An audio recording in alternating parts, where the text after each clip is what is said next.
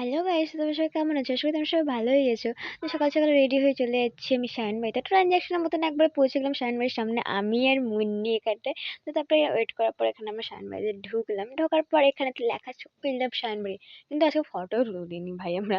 তারপরে এখানে ঝুল খাচ্ছিলাম আমি আর মুন্নি। তারপরে একটু সেলফি ভিডিও করে নিলাম আর কি। তারপরে এখানে সব দোল্লা টোল্লা খাওয়ার পর চলে গেলাম কাজে। তো ভিডিওটা কি করতে যাই না, আমি তো মাংস দেখছিলাম আর কি। তারপরে এখানটায় অনেক বসে পড়লাম, মানে ঘুরতে যাচ্ছিলাম, মানে এত জাম ছিল আর কি, মানে আমরা কিন্তু ভাই না ভাই, ওটাই জাম ছিল আর কি। তারপরে এখানে মাংস টাংস রান্না হচ্ছে, মানে খাওয়ার জন্য হচ্ছে আর কি।